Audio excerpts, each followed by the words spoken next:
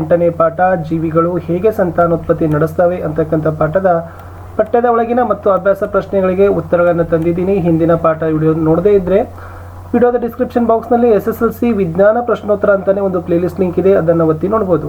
ನಮ್ಮ ಯೂಟ್ಯೂಬ್ ಚಾನಲ್ನಲ್ಲಿ SSLCಯ ಎಲ್ಲ ವಿಷಯಗಳಲ್ಲಿ ಎಲ್ಲ ಪಾಠಗಳ ನೋಟ್ಸ್ಗಳನ್ನು, ಕ್ವಶನ್ ಆನ್ಸರ್ಸ್ಗಳನ್ನು ಪ್ರೊವೈಡ್ ಮಾಡ್ತಾ ಇದ್ದೀವಿ, ಅವುಗಳನ್ನು ನೋಡಿ ಅಂತ ಹೇಳ್ತಾ ಜೀವಿಗಳು ಹೇಗೆ ಸಂತಾನೋತ್ಪತ್ತಿ ನಡೆಸ್ತವೆ ಪಾಠದಲ್ಲಿ ಫಸ್ಟ್ ನಿಮಗೆ ನಾನು ಕೊಡ್ತಾ ಇರೋದು ಪೇಜ್ ನಂಬರ್ 48ರಲ್ಲಿರ್ತಕ್ಕಂಥ ಪ್ರಶ್ನೆಗಳಿಗೆ.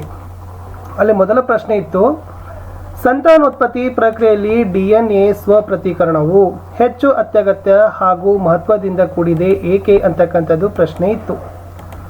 ಉತ್ತರ ಬರೀತಕ್ಕಂಥದ್ದು ಏನಿತ್ತಂದರೆ, DNA ಸ್ವಪ್ರತೀಕರಣದಿಂದಾಗಿ ಜೀವಿಗಳು ಅನುವಂಶೀಯ ಸ್ಥಿರತೆಯನ್ನು ಹೊಂದುತ್ತವೆ. 2 ಪೋಷಕ ಜೀವಿಗಳಲ್ಲಿನ ಲಕ್ಷಣಗಳು ಮರಿ ಜೀವಿಗಳಲ್ಲಿ ಕಾಣಲಿಕ್ಕೆ ಸಾಧ್ಯ ಆಗ್ತದೆ. 3 ಈ DNA ಸ್ವಪ್ರತೀಕರಣದಿಂದ ಕೋಶ ವಿಭಜನೆಯ ಸಂದರ್ಭದಲ್ಲಿ ಈ ತಾಯಿ ಜೀವಕೋಶದಲ್ಲಿನ ವರ್ಣತಂತುಗಳ ಸಂಖ್ಯೆ ಮರಿ ಜೀವಕೋಶಗಳಲ್ಲೂ ಅಷ್ಟೇ ಇರ್ತದೆ. ಇನ್ನು 2ನೇ ಪ್ರಶ್ನೆ ಇತ್ತು, ಭಿನ್ನತೆಯು ಒಂದು ಪ್ರಭೇದಕ್ಕೆ ಉಪಯುಕ್ತ ಆದರೆ ಒಂದು ಜೀವಿಗೆ ಅಗತ್ಯವಿಲ್ಲ ಏಕೆ? ಉತ್ತರ, ಭಿನ್ನತೆಯು ಜೀವಿಗಳ ಪ್ರಭೇದಗಳು ಬದುಕುಳಿಯಲು ಉಪಯುಕ್ತವಾಗ್ತದೆ, ಆದರೆ ಭಿನ್ನತೆಯಿಂದಾಗಿ ಕೆಲವು ಜೀವಿಗಳ ಪ್ರಭೇದಗಳು ಪರಿಸರದಲ್ಲಿ ಹೊಂದಾಣಿಕೆ ಮಾಡಿಕೊಳ್ಳಲು ಸಾಧ್ಯವಾಗದೆ ಅಳಿದು ಹೋಗಲು ಆಗಬಹುದು.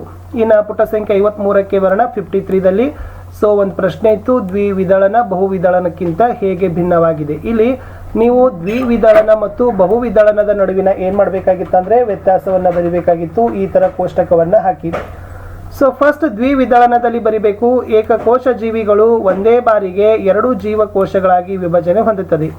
ಆದರೆ ಬಹುವಿದಳನದಲ್ಲಿ ಏನಾಗ್ತದೆ ಅಂದ್ರೆ ಈ ಏಕಕೋಶ ಜೀವಿಗಳು ಒಂದೇ ಬಾರಿಗೆ ಅನೇಕ ಜೀವಕೋಶಗಳಾಗಿ ವಿಭಜನೆಯನ್ನು ಹೊಂದುತ್ತದೆ. 2ನೇ ವ್ಯತ್ಯಾಸ, ಇದು ಸಾಮಾನ್ಯ ಪರಿಸ್ಥಿತಿಯಲ್ಲಿ ಉಂಟಾಗ್ತದೆ. ದ್ವಿವಿದಳನ ಬಹುವಿದಳನ ಅಂತಕ್ಕಂಥದ್ದು ವಿಪರೀತ ಪರಿಸ್ಥಿತಿಯಲ್ಲಿ ಉಂಟಾಗ್ತದೆ. ಇನ್ನು ದ್ವಿವಿದಳನಕ್ಕೆ ಉದಾಹರಣೆ ಕೊಡ್ಬೋದು ಅಮೀಬಾ, ಲೆಸ್ನೇನಿಯಾ, ಬ್ಯಾಕ್ಟೀರಿಯಾ. ಈ ಬಹುವಿದಳನಕ್ಕೆ ಉದಾಹರಣೆ ಕೊಡಬಹುದು ಪ್ಲಾಸ್ಮೋಡಿಯಂ. ಇನ್ನೊಂದು ಪ್ರಶ್ನೆ ಇತ್ತು, ಅದರಲ್ಲಿ 4ನೇ ಪ್ರಶ್ನೆ ಸಂಖ್ಯೆ ಎಸ್.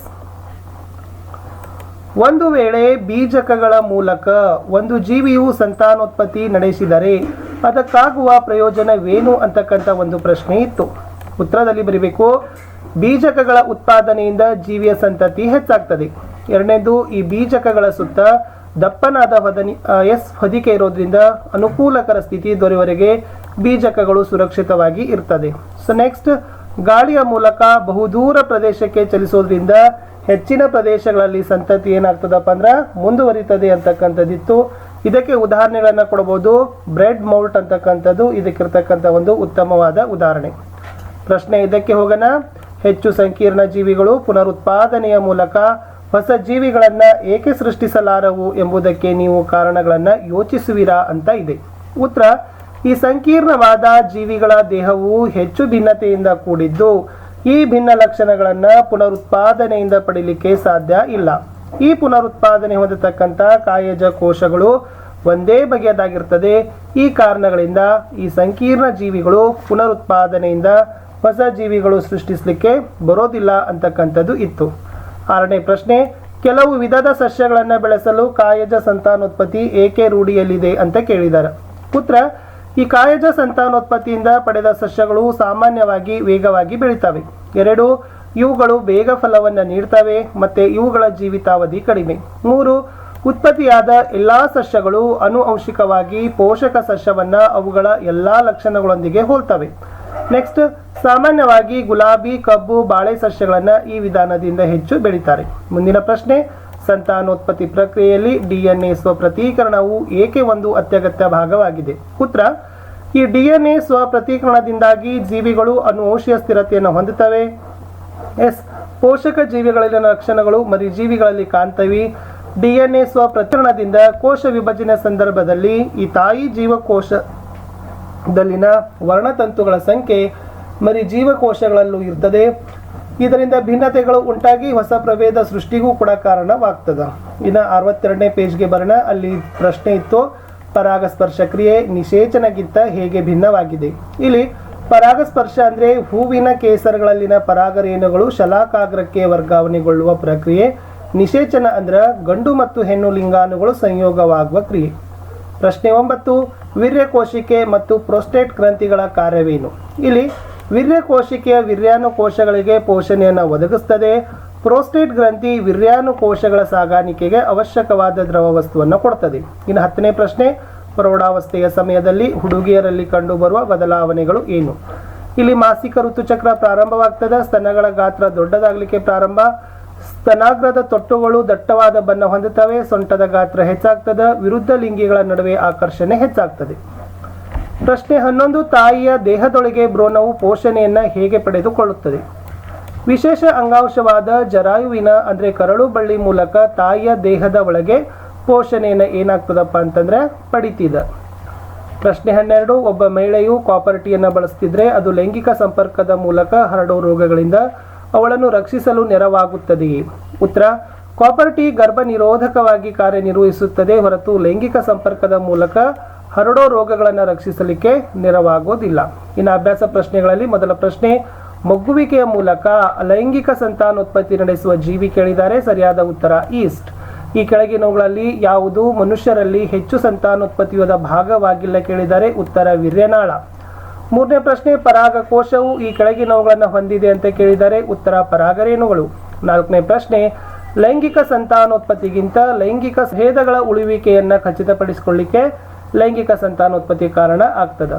ಐದನೇ ಪ್ರಶ್ನೆ, ಮನುಷ್ಯರಲ್ಲಿ ವೃಷಣಗಳು ಯಾವ ಕಾರ್ಯ ನಿರ್ವಹಿಸುತ್ತವೆ? ಉತ್ತರ, ವೃಷಣಗಳು ಟೆಸ್ಟೋಸ್ಟಿರಾನ್ ಹಾರ್ಮೋನ್ ಅನ್ನು ಉತ್ಪತ್ತಿ ಮಾಡ್ತವೆ. ಗಂಡು ಲಿಂಗಾಣುವಾದ ವೀರ್ಯಾಣು ಕೋಶಗಳನ್ನು ಉತ್ಪತ್ತಿ ಮಾಡ್ತದೆ. ಮುಂದಿನ ಪ್ರಶ್ನೆ, ಋತುಚಕ್ರ ಹೇಗೆ ಉಂಟಾಗುತ್ತದೆ? ಉತ್ತರ, ಪ್ರೌಢಾವಸ್ಥೆ ತಲುಪಿದ ಸ್ತ್ರೀಯರಲ್ಲಿ ಪ್ರತಿ 28 ದಿನಗಳಿಗೊಮ್ಮೆ ಅಂಡಾಣು ಉತ್ಪತ್ತಿಯಾಗ್ತದೆ. ಫಲಿತ ಅಂಡವನ್ನು ಸ್ವೀಕರಿಸಲು ಗರ್ಭಕೋಶ ಪ್ರತಿ ತಿಂಗಳು ಸಿದ್ಧಗೊಳ್ಳುತ್ತದೆ. ಹೀಗೆ ಅದರ ಒಳಸ್ತರಿಯು ದಪ್ಪವಾಗಿ ಸ್ಪಂಜಿನಂತಾಗ್ತದೆ. ಒಂದು ವೇಳೆ ಅಂಡ ಫಲಿತಗೊಂಡರೆ ಅದರ ಪೋಷಣೆಗಿಂತ ಈ ಸಿದ್ಧತೆ ಅಗತ್ಯವಾಗ್ತದೆ. ಅಂಡವು ಫಲಿತಗೊಳ್ಳದಿದ್ದರೆ ಒಳಸ್ತರಿಯು ನಿಧಾನವಾಗಿ ಬಿರುಕು ಬಿಟ್ಟು ರಕ್ತ ಮತ್ತು ಲಳೆಯ ರೂಪದಲ್ಲಿ ಯೋನಿ ದ್ವಾರದ ಮೂಲಕ ಹೊರಬರ್ತದೆ. ಈ ಚಕ್ರ ಸರಿಸುಮಾರು ಪ್ರತಿ ತಿಂಗಳು ನಡೀತದೆ. ಇದನ್ನೇ ಋತುಚಕ್ರ ಅಂತ ಕರಿತೀವಿ. ಮುಂದಿನ ಪ್ರಶ್ನೆ, ಒಂದು ಹೂವಿನ ನೀಳಛೇದ ನೋಟದ ಚಿತ್ರ ಬರಬೇಕಾಗಿತ್ತು. ಆಲ್ರೆಡಿ ಪುಸ್ತಕದಲ್ಲಿದೆ. ಅದನ್ನು ಚೆನ್ನಾಗಿ ನೀಟಾಗಿ ಬರೆದು ಭಾಗಗಳನ್ನು ಗುರುತಿಸೋದನ್ನು ಕಲ್ಕೊಡ್ರಿ. ಮುಂದಿನ ಪ್ರಶ್ನೆ, ಗರ್ಭ ನಿರೋಧಕತೆಯ ವಿವಿಧ ವಿಧಾನಗಳು ಯಾವುವು? ಇಲ್ಲಿ ಗರ್ಭ ನಿರೋಧಕತೆಯಲ್ಲಿ 3 ವಿಧಾನಗಳು ಬರ್ತವೆ. ಯಾಂತ್ರಿಕ ವಿಧಾನ, ರಾಸಾಯನಿಕ ವಿಧಾನ, ಶಸ್ತ್ರಕ್ರಿಯಾ ವಿಧಾನ. ಈ ಯಾಂತ್ರಿಕ ವಿಧಾನದಲ್ಲಿ ವೀರ್ಯಾಣು ಅಂಡಾಣುವನ್ನ ತಲುಪದಂತೆ ಯಾಂತ್ರಿಕ ತಡೆಯನ್ನು ಒಡ್ಡುತ್ತಾರೆ. ಉದಾಹರಣೆಗೆ ಕಾಂಡೋಮ್ಗಳ ಬಳಕೆ, ಯೋನಿಯೊಳಗೆ ಚೀಲವನ್ನು ಅಳವಡಿಸೋದು, ಗರ್ಭಕೋಶದೊಳಗೆ ಕಾಪರ್ ಟೀಗಳನ್ನು ಅಳವಡಿಸೋದು. ಇನ್ನು ರಾಸಾಯನಿಕ ವಿಧಾನ ಅಂದ್ರೆ ದೇಹದ ಹಾರ್ಮೋನುಗಳ ಸಮತೋಲವನ್ನು ಬದಲಾಯಿಸಿ ಅಂಡಗಳು ಬಿಡುಗಡೆಯಾಗದಂತೆ ತಡೀತಾರೆ. ಉದಾಹರಣೆಗೆ ಗರ್ಭ ನಿರೋಧಕ ಮಾತ್ರೆ ಬಳಕೆ. ಇನ್ನು ಶಸ್ತ್ರಕ್ರಿಯಾ ವಿಧಾನದಲ್ಲಿ ಪುರುಷರ ವೀರ್ಯನಾಳಕ್ಕೆ ತಡೆಯೊಡ್ಡಿ ವೀರ್ಯಾಣುವಿನ ವರ್ಗಾವಣೆಯನ್ನು ತಡೀತಾರೆ. ಮಹಿಳೆಯರ ಅಂಡನಾಳಕ್ಕೆ ತಡೆಯೊಡ್ಡಿ ಅಂಡ ಗರ್ಭಕೋಶವನ್ನು ತಲುಪದಂತೆ ಮಾಡ್ತಾರೆ. ಒಂದು ವ್ಯತ್ಯಾಸ ಇದೆ. ಏಕಕೋಶ ಜೀವಿಗಳಲ್ಲಿನ ಸಂತಾನೋತ್ಪತ್ತಿ ಮತ್ತು ಬಹುಕೋಶ ಜೀವಿಗಳಲ್ಲಿನ ಸಂತಾನೋತ್ಪತ್ತಿ ನಡುವಿನ ವ್ಯತ್ಯಾಸವನ್ನು ನಿಮಗೆ ಬರಲಿಕ್ಕೆ ಕೇಳಿದ್ದಾರೆ. ಇಲ್ಲಿ ನಾನು ನಿಮಗೆ ಉತ್ತರಗಳನ್ನು ತೋರಿಸ್ತಾ ಇದ್ದೀನಿ. ಏಕಕೋಶ ಜೀವಿಗಳ ಒಳಗೆ ಒಂದೇ ಕೋಶದಿಂದ ಆಗಿರ್ತದೆ ಮತ್ತು ಈ ಕೋಶದಿಂದಲೇ ಸಂತಾನೋತ್ಪತ್ತಿ ನಡೀತದೆ. ಆದರೆ ಬಹುಕೋಶ ಜೀವಿಗಳಲ್ಲಿ ಹಲವು ಕೋಶಗಳಿಂದ ಜೀವಿಗಳ ದೇಹ ಆಗ್ತದೆ. ವಿಭಿನ್ನ ಕೋಶಗಳಿಂದ ಸಂತಾನೋತ್ಪತ್ತಿ ನಡೀತದೆ. ಏಕಕೋಶ ಜೀವಿಗಳಲ್ಲಿ ಸಂತಾನೋತ್ಪತ್ತಿ ಅತ್ಯಂತ ಸರಳ. ಬಹುಕೋಶ ಜೀವಿಗಳಲ್ಲಿ ಸಂತಾನೋತ್ಪತ್ತಿ ಸಂಕೀರ್ಣ ಪ್ರಕ್ರಿಯೆ. ಇನ್ನು ಏಕಕೋಶ ಜೀವಿಗಳಲ್ಲಿ ಅಲೈಂಗಿಕ ಸಂತಾನೋತ್ಪತ್ತಿ ಕಂಡುಬಂದರೆ ಬಹುಕೋಶ. ಮುಂದಿನ ಪ್ರಶ್ನೆ 10.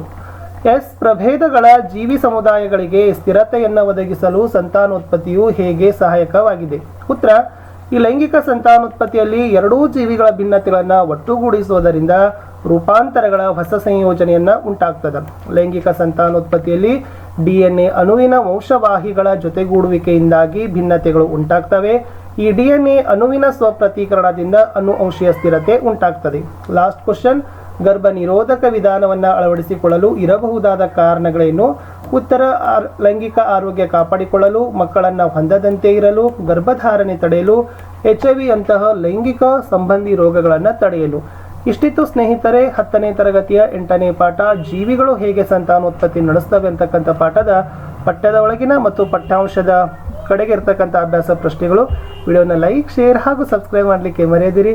ವಾಟ್ಸಪ್ ಚಾನಲ್ ಮತ್ತು ಟೆಲಿಗ್ರಾಮ್ ಗ್ರೂಪ್ಗೂ ಸಹಿತ ಜಾಯ್ನ್ ಆಗಿ ಅಂತ ಹೇಳ್ತಾ ಸಿಗ್ತೀನಿ ಹೊಸ ವಿಡಿಯೋದಲ್ಲಿ. ಬಾಯ್.